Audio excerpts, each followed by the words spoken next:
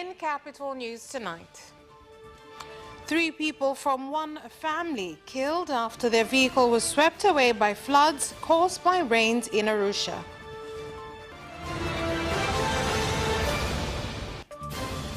Passengers stranded for over 3 hours at Biribiri Bridge in Kilimanjaro region due to rains.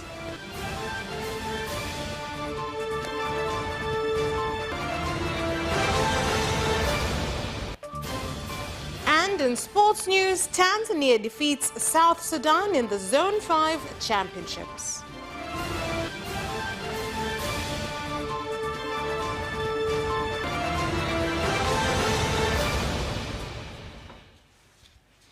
Good evening. This is Capital News at 9:30. My name is Vanessa Victor. Let's get started with the national news.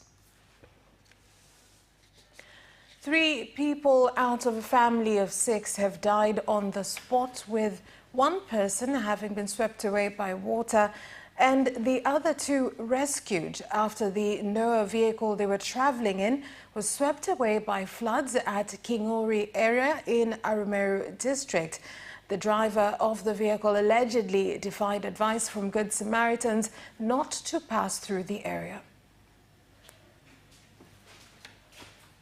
Kwamba gari zilianza kupita kwa kubahatisha. Sasa naye ikabidi afuate msululo wenzao wanaopita. Bahati mbaya gari ikamshinda, ikaanza kuelekea Korongoni. Baada ya kuelekea Korongoni, gari ilipoingia Korongoni, sasa mimi nikaanza kukimbizana na gari ile. Maana watu wote tulikuwa tunakimbia ili kufuata gari ile kujaribu kuwasaidia. Na sisi tuliona ni vyema kufika kwenye eneo la tukio, na tumefika, tumeshuhudia jeshi la zimamoto likiokoa baadhi ya miili. Nitoe pole kwa wafiwa wote, waliofiwa ni pamoja na Watanzania wenzetu. Tumefanikiwa kuokoa miili 3 ya wanawake 2 na mwanamume 1. Wameokolewa pia watu 2 ambao wako hai, mwanamume 1 ambaye anasadikika kuwa ndio alikuwa dereva, ambaye ndio bwana Neyman Metili. Kwa yoyote aliyechukua picha za miili ya marehemu, ninaomba sana wasiweke kwenye mitandao ya kijamii.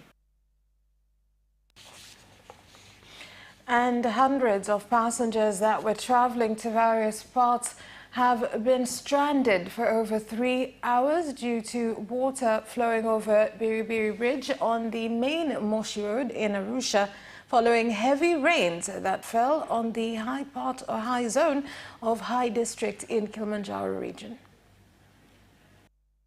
Maji haya nimesema yanakwenda kwenye vijiji vya ukanda wa chini.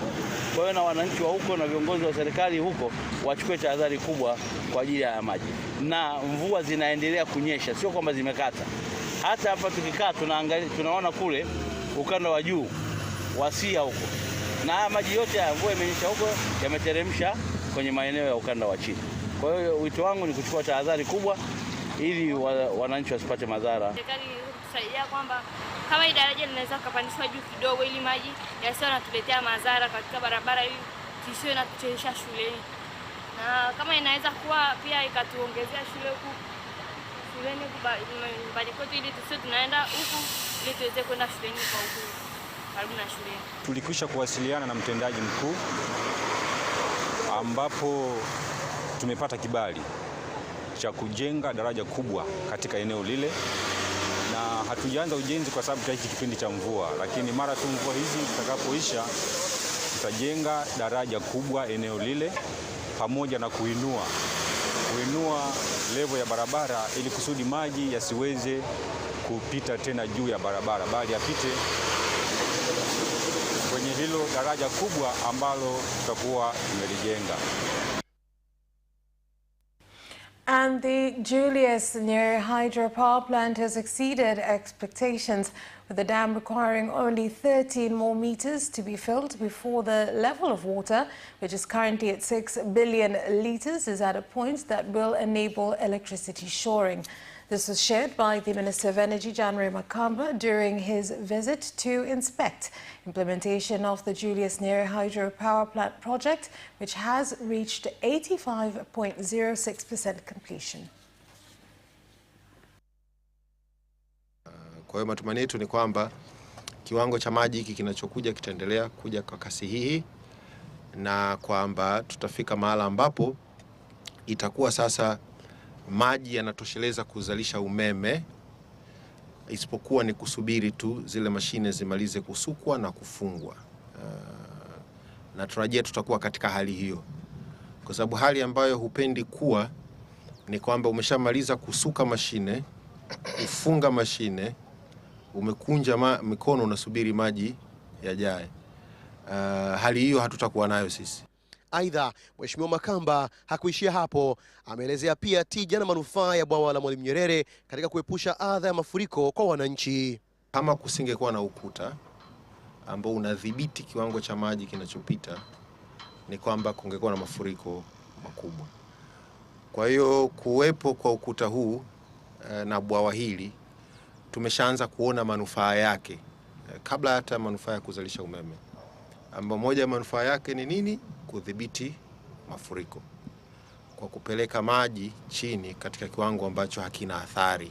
Ni fahari kubwa kwa Mtanzania yoyote yule kushiriki kwenye mradi huu. Hata nyie waandishi wa habari, mnawezekana ni waandishi wa habari pekee, yani mradi huu ni mkubwa wa 4 Afrika. Kwa hiyo kuna waandishi wa habari wachache sana katika maisha yao, wengine mpaka wanakufa kuona mradi kama huu. And the President of Zanzibar and Chairman of the Revolutionary Council, Dr. Hussein Ali Mwinyi, during the symposium in 59 years of the union between Tanganyika and Zanzibar, has said that Tanzanians will never forget retired presidents of the country, as well as leaders of the revolution and fight for freedom of this country, such as the late Julius Nyerere and the late Abeid Karume, as they set the strong foundations of brotherhood, love and unity. Kwanza kubwa katika faida za muungano, bila kusahau, maana tunaweza tukawa tunasahau, amani. Ndugu zangu, binadamu tuna kawaida ya kusahau. Ile amani tukishaizoea tunaona kama vile ipo tu, mpaka ipotee ndio utajua umuhimu wa amani. Hatuna haja ya kuionja upotevu wa amani. Waswahili wanasema sumu haionjwi. Tuangalie wenzetu waliopoteza amani, wa Somali, wa Kongo, wa Libya, kote huko hakuna maendeleo, ni vita tu. Kwa hivyo sisi tumefaidika na amani tuliyokuwa nayo kwa sababu ya muungano wetu. Hili ni jambo kubwa sana. Na sisi tumeweka mfumo ambao serikali ya mapinduzi ya Zanzibar na serikali ya Jamhuri ya Muungano, hata mimi nilikuwa sehemu ya serikali ya Jamhuri ya Muungano, tulikuwa tunakutana, tunaulizana changamoto leo ni nini, tunatafuta nini, suluhu. Na hizo suluhu matatizo yamepungua kweli, yamepungua sana. Mengine ilikuwa ya kikatiba, walikuwa wanasema mafuta, tukasema mafuta tu, mafuta si yatakuwa kila sehemu ya muungano inaweza ikaendesha mafuta yake. Members of Parliament and the government have had a debate in Parliament on changes to the 1971 Marriage Act after MPs urged that the process to change the law be sped up, as a long time has passed since the court decided that it needed to be amended and improved. The Parliament has also approved the 2023-2024 383.6 billion shilling budget for the Ministry of Constitutional and Legal Affairs. Sasa mimi ninaomba ufafanuzi wa Mheshimiwa Waziri, kwa sababu mahakama ilitoa hukumu na ikatoa muda ambao inabidi serikali iweze kuleta muswada wa marekebisho ya sheria hiyo ndani ya bunge hili, na huo muda kimsingi umeshapita. Mimi nataka waziri atoe kauli yake, ni lini wataleta muswada huo ndani ya bunge hili ili tuweze kufanya marekebisho. Mheshimiwa Mwenyekiti, nadhani tumeamua kulisema kwa sauti kubwa jambo hili, lakini kama ni kuelewana, ni tayari serikali na bunge wamekwisha kuelewana. Mosi, mswada huu ulikuja hapa bungeni Na mswada ulipofika hapa bungeni ukaonekana kwa mazingira ya wakati ule, nguvu ya wadau huko nje na yenyewe ilikuwa kelele imekuwa kubwa. Ikaonekana kwamba pengine kuna haja ya kukusanya maoni zaidi kutoka kwa wadau. Maoni ambayo serikali inasema tayari inamalizia kesho. Sasa mnatakaje?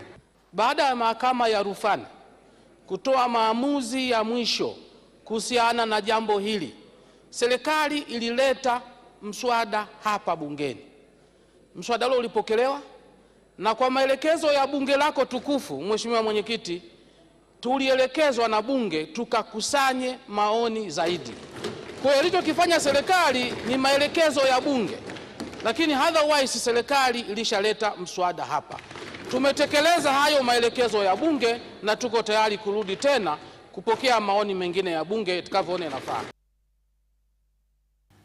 And the Minister of Foreign Affairs and East Africa Cooperation, Stegamena Tax, has said that the government of Tanzania is continuing to bring back to the country nationals that are in Sudan following ongoing fighting in the country between the Sudanese armed forces and the paramilitary group.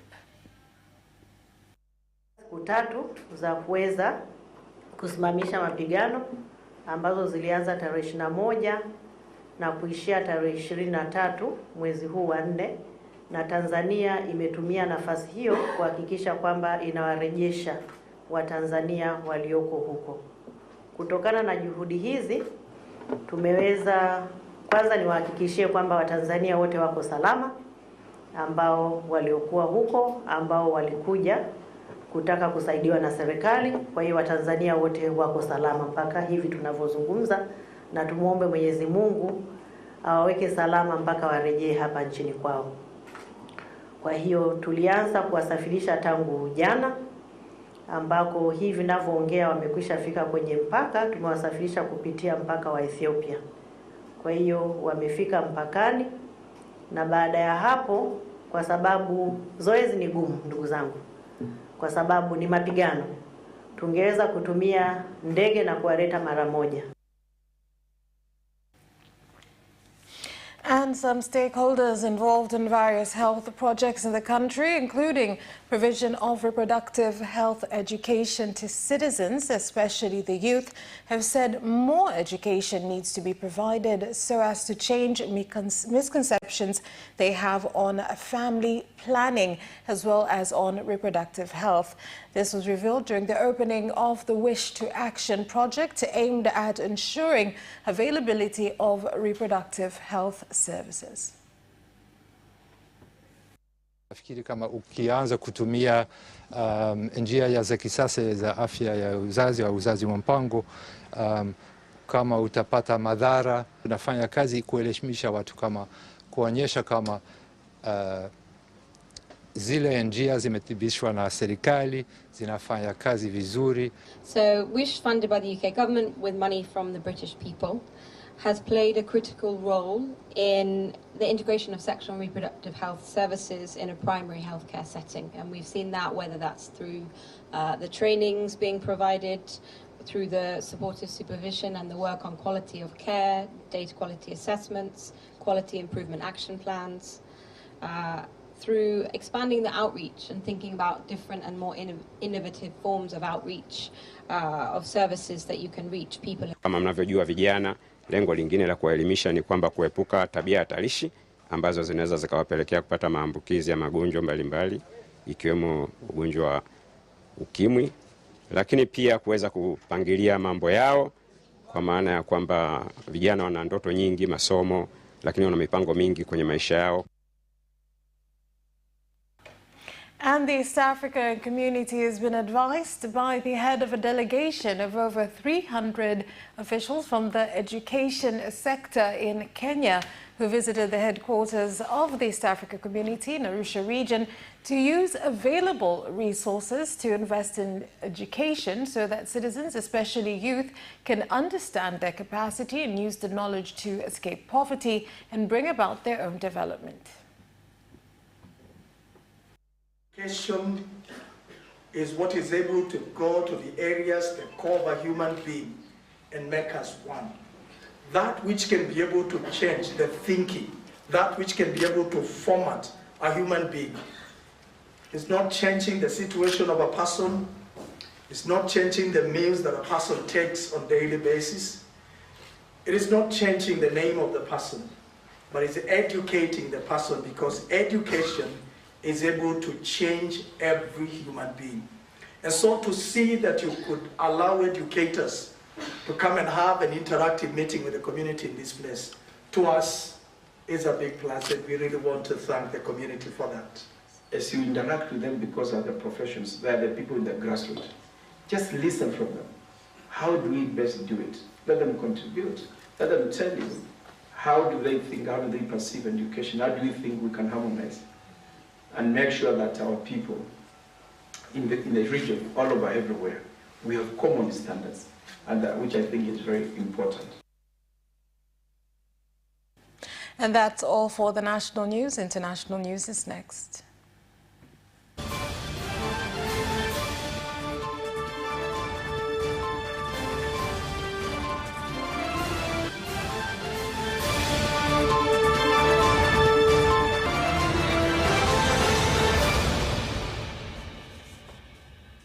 In international news,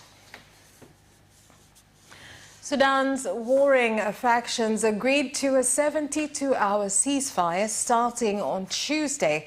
However, fighting broke out in Jenaina in West Darfur between the Sudanese Armed Forces and the paramilitary Rapid Support Forces, RSF. Tens of thousands of people, including Sudanese and foreign nationals, have fled to Egypt, Chad and South Sudan in the past few days, with the US, European, Middle Eastern, African and Asian nations launching emergency missions to bring to safety their embassy staff and Sudan-based citizens by road, air and sea. And Kenya is among countries that are evacuating their citizens from Sudan, whereby a Spartan plane from the Kenya Defence Force, KDF, today landed at Jomo Kenyatta Airport in Nairobi, carrying the first batch of 39 Kenyans who had been stranded in Sudan following the turmoil in the country.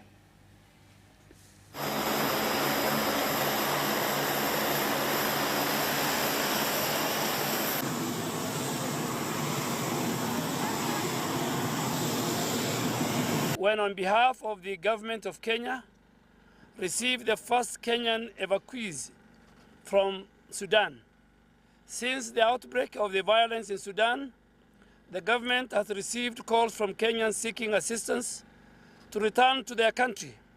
And I'm delighted to confirm the first successful evacuation flight that has delivered 39 evacuees, of which 19 are Kenyans, 19 are from the Somali nationality, and one evacuee is from the Kingdom of Saudi Arabia. I commend these young Kenyans for their resilience in undertaking the long journey from Khartoum to Palochi Airport in South Sudan, from where they were airlifted by the Kenya Air Force. I thank the authorities in Sudan and South Sudan for facilitating their movement and commend our teams in Nairobi, in Khartoum, as well as Kenya Air Force for executing this evacuation. They took us with a flight from Feluch to JKIA. So I'd like to thank the government of Kenya, and I would like to thank all the officials involved in our journey. Thank you. God bless us. God bless Kenya. Because I'm home finally. I've gone through a lot of trauma in Sudan. Yes.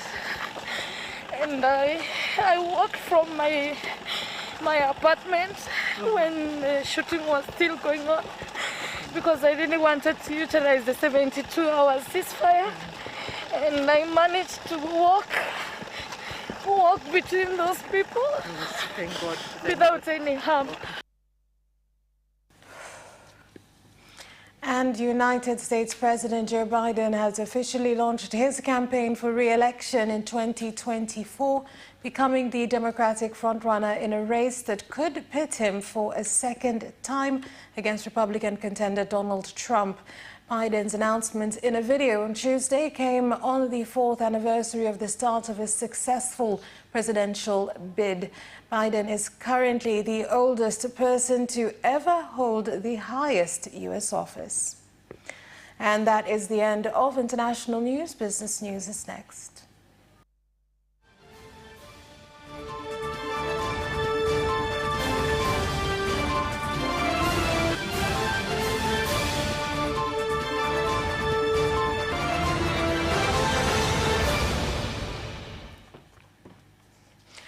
In business news, Tanzania Bureau of Standards has called on small entrepreneurs producing various products, including food, to make sure they get them certified with the regulator, as these services are free for the first 3 years of production activities. Kwanza unampa mlaji imani na bidhaa yako.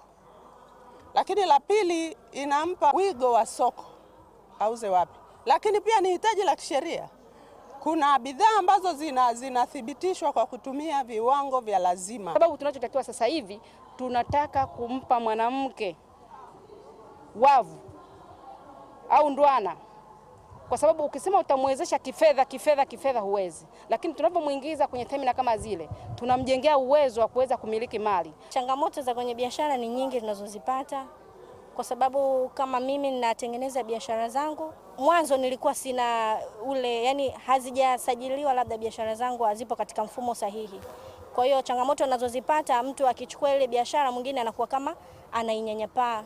Lakini kwa sasa hivi, kwa kuwa mafunzo nimeshayapata, kwa hiyo niko vizuri zaidi. And more than 200 international buyers of tourism products are expected to participate in the Swahili International Tourism Expo site that is expected to take part in October this year. Fanya uzinduzi rasmi wa onyesho la kimataifa linalojulikana kama Swahili International Expo.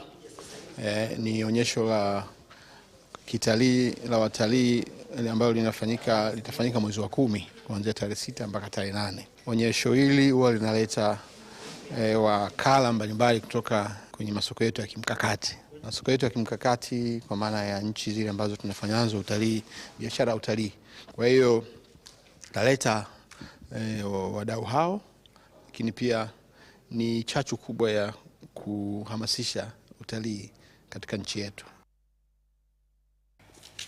And the Director General of the ICT Commission, Dr. Nkundwe Mwasaga, has said that the Commission, in cooperation with CRDB Bank, has launched a program that aims to support youth and women entrepreneurs to come up with innovative business ideas that will enable them to access capital in order to grow their businesses.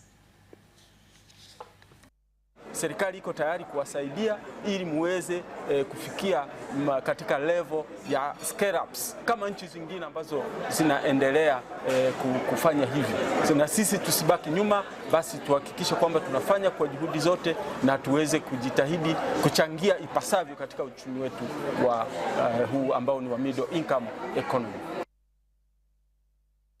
That's all for Business News. Sports is next.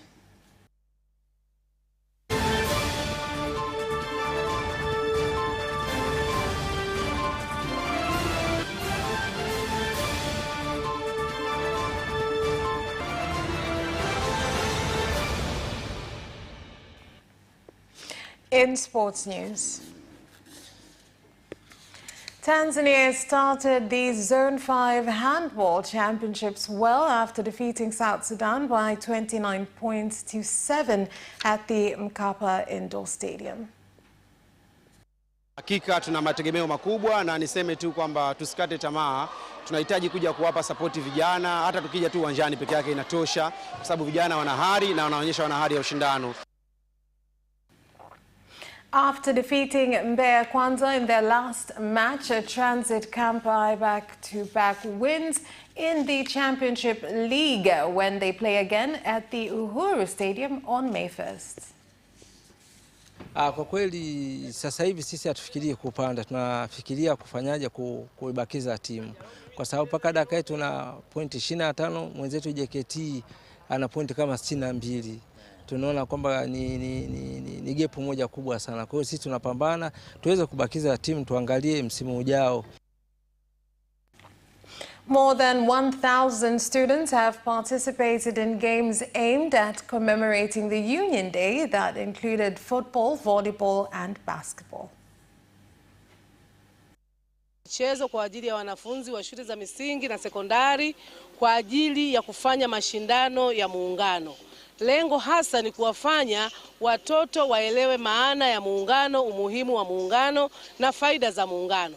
Kwa hiyo watakapokuwa watoto wa shule za msingi za serikali na shule za msingi za binafsi wakicheza pamoja, watafahamiana, watapendana, watashirikiana. Kwa hiyo hapo ndo tunaendelea kuenzi muungano wa Tanganyika na Zanzibar. And that sports item ends our news bulletin for tonight. On behalf of everyone who brought you this bulletin, my name is Vanessa Victor. Thank you for watching and have a good night.